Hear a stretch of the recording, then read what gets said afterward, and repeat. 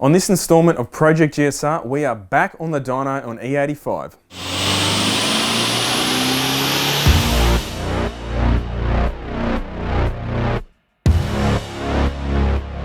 So what are we doing today? Well, basically the whole front end of the fuel system, as in firewall up, we're going to replace pretty much everything.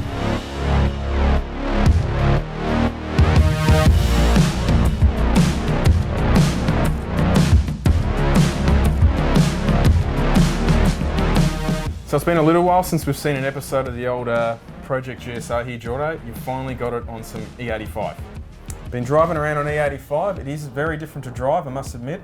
Going to get fuel a lot more often, so you've got a bit of range anxiety. Yeah, it's like an EV car now. I'm only getting about 180 k's to the tank, as opposed to about 320 in the past. But no, the car does drive a lot better. May sound ridiculous. I actually don't mind the smell of the fuel. Yeah, unleaded fumes are awful. Oh, they're disgusting. The ethanol's kind of a strong flavour, but I don't find it offensive. Say that again. Strong flavour, but you can if you're around it a lot. Yeah. We're basically going to just see what the turbo makes. I'm told this is a TDO 516G turbo, which is, I think it's pretty much a standard. It's a GT Pumps Evo 3 turbo, but it's stock. Everything else is stock on the car, as you've seen in the past. Realistically, this car's very lightly modified. It's got. So what, as an equivalent, is it like running, say, an STI turbo on a WRX, similar to what my car is? It's an OE style turbo. Oh, it's 100%. I mean, this is a stock 2 litre with basically a turbo of that era that came on it. Yeah. So it's a journal bearing. Oh, yep. It's even got a stock airbox in it. It's got a 3-inch exhaust with the Fireball. The rest of it's 2.5, so the car isn't too loud. It's actually pretty quiet. Turbo, engine, gearbox, drivetrain, everything is stock on this car. So we're basically doing an E85 power up on a completely... So the only thing we've changed really from the dyno since last time is the fuel. Yeah, mainly. Yeah. So last time... There's a few little things, but that's the main change. That's the main change. It got a wideband put in it for the tuning. I think that's pretty much the only thing that was changed. A few little wiring jobs, but... So we're going to the dyno tomorrow, but today we're just going to give it a quick service. Yeah, so important. One thing anyone would recommend, if you're going to the dyno, you're going to the track, you're doing anything that's going to be hard on the engine, hard on the car, change your oil. This oil's only done about, I think, 500 or 600 k's. They may not seem much at all, but it's like, well, if it's going to sit on the dyno and do power run after power run while they're tuning it, why wouldn't you change it?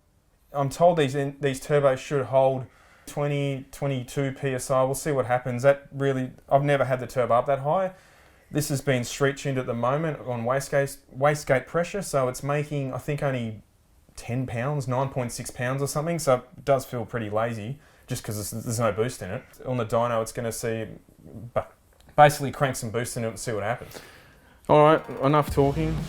Let's change a few fluids and get the thing ready.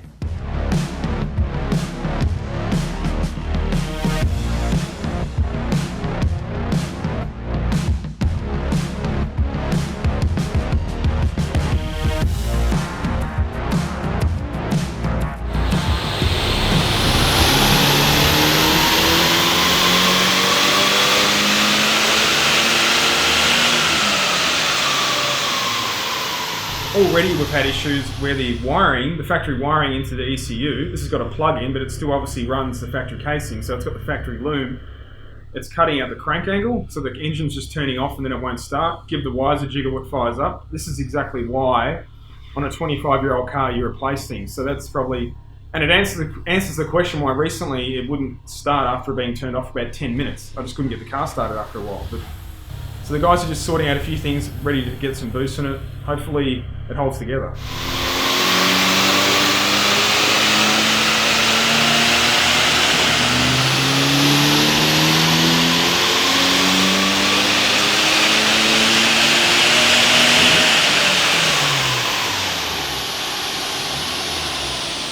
So at the moment it's on about 185 to 197 was the last run. Boost is on about 15, but it's a weird power graph. It's just climbing NA style. Max power is basically the rev limiter, so something's not quite right there. We're just going to have a look into that.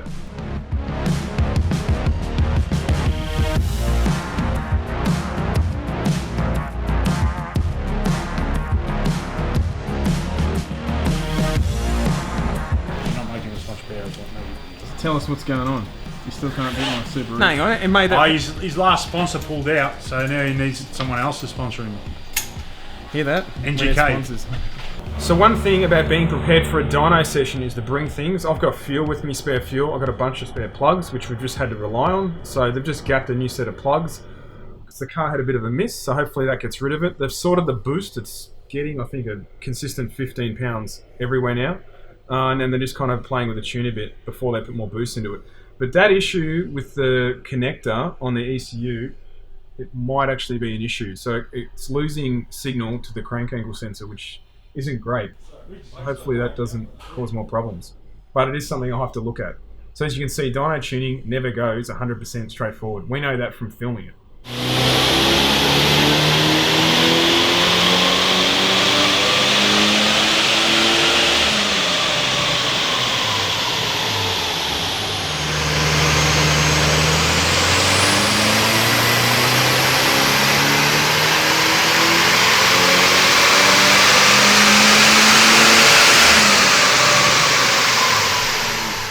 Comes across 18, it touches 20 and then just drops off.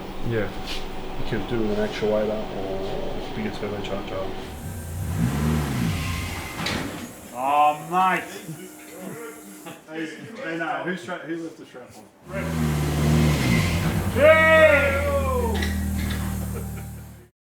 So this is an example of the cold start on E85. This car hasn't been started for about a week. I do find if you start it obviously more often, it will start easier. So we'll see how it goes. It's about 10 or 12 degrees outside at the moment. It's early morning. I'm not going to give it any throttle to help it start. I'm just going to turn it off the key.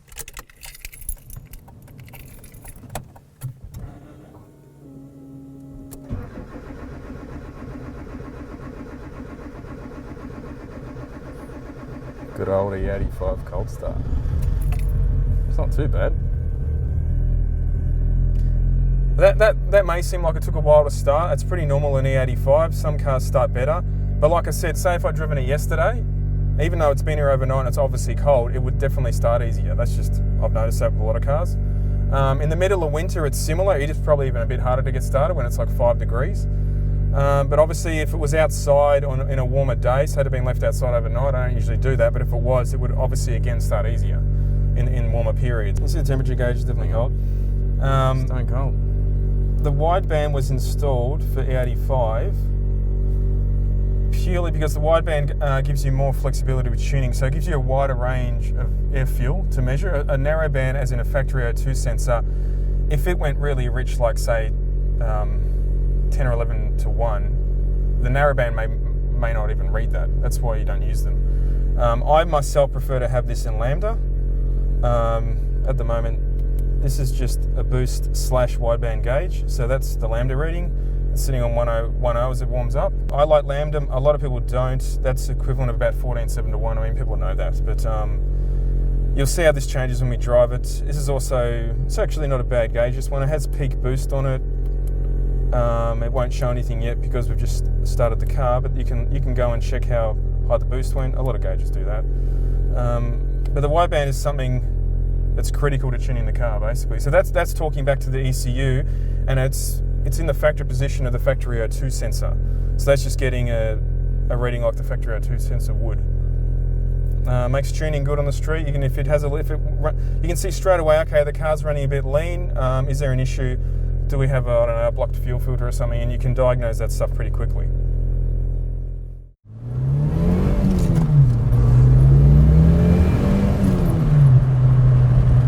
So it's doing, if I just back off a little bit and do 3.5, and you kind of like even in fourth, it picks up pretty quick. Like, but at the speed limit, Jordo. Wipe off 5. So a few weeks after the dyno, Jordo, on E85, what are your thoughts? It's a mixed bag. It's not it doesn't really have a lot more power overall, like peak, as you'd call peak power. But as they say, like power under the graph, it's miles better in the mid-range. It's so much. What you're talking about is the butt dyno? The butt dyno, just that, like, if you just kind of pants, you'll find yourself in traffic, you just kind of just give it a little bit of throttle and it just drives nice. Hey, look what's up here, Mazda RX-8. You're going to be in trouble now. Huh? But yeah, like everyone says, when they put their car on E85, the mid-range torque is probably the biggest factor of going on that field. When I say it doesn't have a lot more top end, it's just purely because of the turbo. The turbo's little, it's been run pretty hard now, and it obviously dies off on the top end. It kind of picks up quick and then kind of has nothing. It's so one of the main things that came out of the dyno was really to get more power out of the car. There are other things you can do, but I don't think you'd bother wasting your time so much with this turbo. These engines are rated, I think, from factory about 100 and they vary 170, 180 kilowatts at the flywheel. You know, this thing's making up near around 200 at the wheels now, so I don't know what it would have made standard at the wheels. It wouldn't have been much, probably only like, 100 kilowatts, 110 or something. So it is making a fair bit more than it was from factory. It's obviously on a lot more boost than factory. It's on about double boost actually. But yeah, the turbo, I'd like to know, what are your recommendations for what turbo you could put on this? Obviously there's heaps of options in terms of, you could just bolt anything on. You could get something flashy like on a Garrett's new G25s, they look awesome. I think on a car like this, that kind of turbo, I don't think you'd lose any transient boost, like how it comes onto boost, as in like lag. I don't think that would increase at all with a modern turbo, even compared to this thing, and it would have so much more top end. The other option is there are a few options around stock frame turbos, which means you could just bolt it to this factory manifold. So something like a Garrett or an aftermarket turbo, it will not bolt to this manifold at all. It's got a completely different, on these manifolds, they've got like a round exit port on the exhaust end of it. Whereas a stock frame will go straight on. There are options with stock frames like Force Performance in the States, but I don't know. You got to remember this is a stock engine, so this is a 7-bolt. It's called a 7-bolt engine. So in terms of the US, this is like a 2G engine as opposed to a 1G. They're not as strong as say a later model like an Evo 8. They're still pretty good. I don't think I'd want to push this engine past about 240 at the wheels. Just on top of that, it's a little bit different on the E85. It's good and bad. Yeah, and I don't think it's not really a case either of the rods are going to just bend. You got to remember too, this is all stock. It's got a stock head gasket. At some point, if you keep pushing this engine, and even on this power level, you look, it may happen in the future. You may end up doing a head gasket, and that's obviously where people start putting studs in it and a better head gasket. What is going on here? These people, seriously. So yeah, it's not a case of the engine's going to literally, break rods. It would eventually, but where do you go with this? My end goal with this car, ultimately, I would never probably have more than 300 kilowatts in it at the wheels. It's about 400 wheel. About 400 wheel horsepower. I don't see the point. It's a light car. I'd rather a really punchy 400 horsepower too, not a laggy peak power and over revving, that kind of thing. I prefer a car that have punchy. On top of that, it's all-wheel drive, so even if it has a bit of power down low and it's punchy, it's going to use it. It's not like a front-wheel drive or something. Yeah, but from the dyno, you could see, I think it made 196 kilowatts. It held 15 pounds, and it was a pretty consistent graph. It was pretty level. Once it got boosted up past about 15 pounds, the boost, you could tell, the actuator, the wastegate setup, couldn't really hold it. It would peak at about, it'd nudge, kind of get up near 21, and then it would hold about 18, which is, I thought it might have got a bit more out of it, but that was it. It would not make any more boost. Boost control is saying full boost, and that was it, 18 pounds. There were some different factors, like I remember you said the guys were running a different ramp rate, plus you had completely different tyres on the dyno. Yeah, there was a few things to consider, like I'd since changed the brakes, so I couldn't use the old, just rock hard the same tyres. The little 15-inch wheels. I had to use these. These are basically R-specs on the car. As you know, you shouldn't really run soft tyres on dynos. They tend to get a bit hot and they don't grip the rollers very well. You can see a film of rubber on the rollers. Yeah. I mean, not that it probably would have led to that much of an issue with the power, but it's hard to compare the old dyno graph to the current one, because I think the ramp rates were different and we learnt a bit about that. I would like to thank Lewis at APS for the dyno for the day, and in particular, obviously, Ben Dinello. He tunes this car. He's tuned it multiple times now. He's put the wideband in. He couldn't be more helpful. So big thanks to Ben. So how have you found? Because I wanted to wait before we finish this video, because one aspect of E85 is the old range anxiety, as they call it. However, at least you can keep some spare fuel in the boot. I haven't been. But you're lucky. You're very lucky. You've got E85 just around the corner, yeah? Oh, there's one about 10 minutes drive. If 10 minutes max, probably actually. It's probably not even that far. I've got nothing. Well, I've got some, but it's in an area where you don't really drive that much, so you'd always be driving out of your way. But you can see here, we're cruising in 5th gear. We're only doing about 95 k's. The mixtures are good, right? It's not like, oh, the car's rich and it's chewing through fuel. It's just the nature of the fuel. The car's tuned really well on cruise.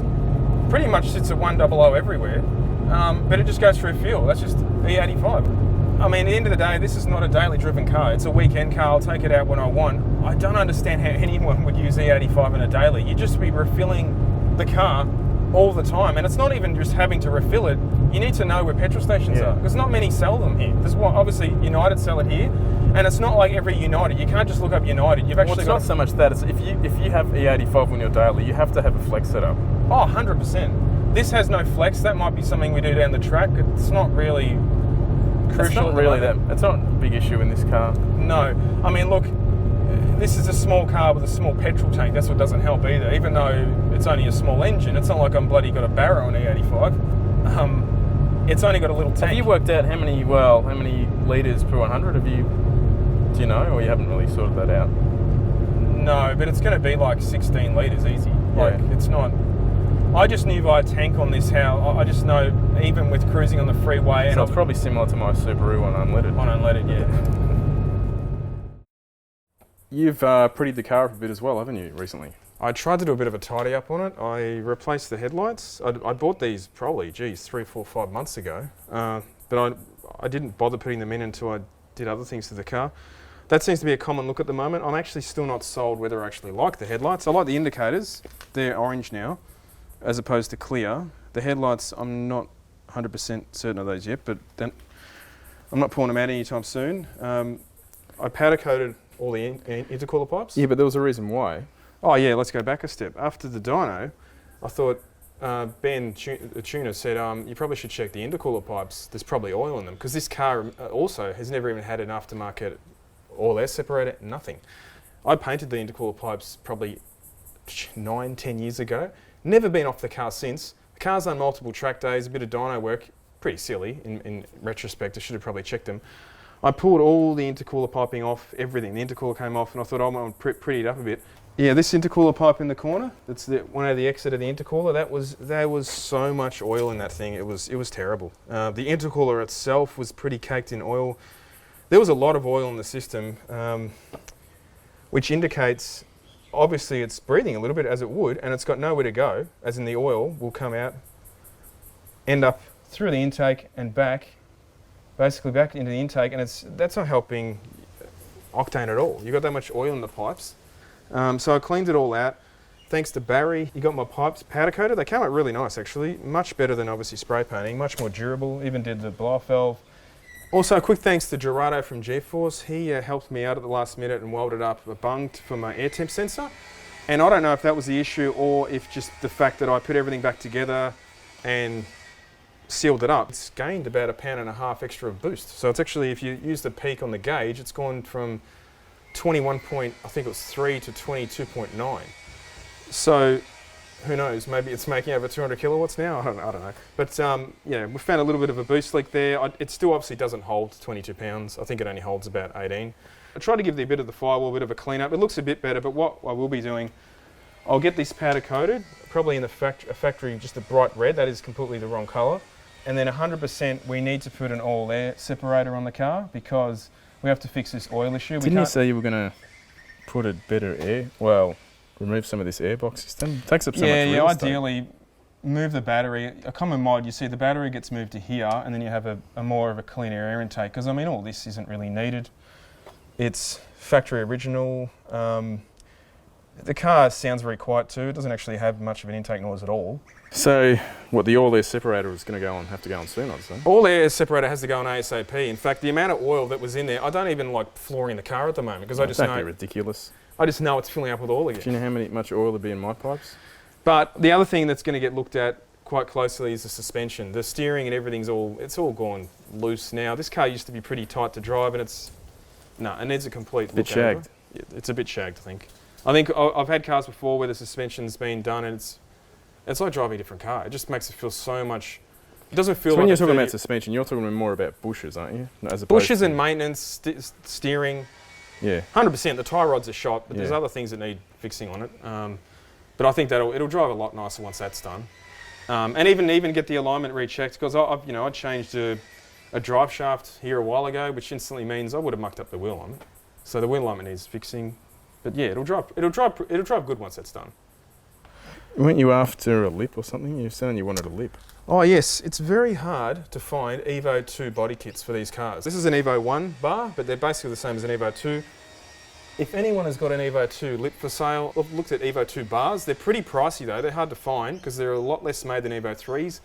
When you go aftermarket fiberglass shops, it's pretty easy to actually find a replica Evo 3 bar. The 2s, it's like a unicorn. I don't know what's going on. So if anyone's got an Evo 2, the bottom lip for sale, hit us up. I'd appreciate it.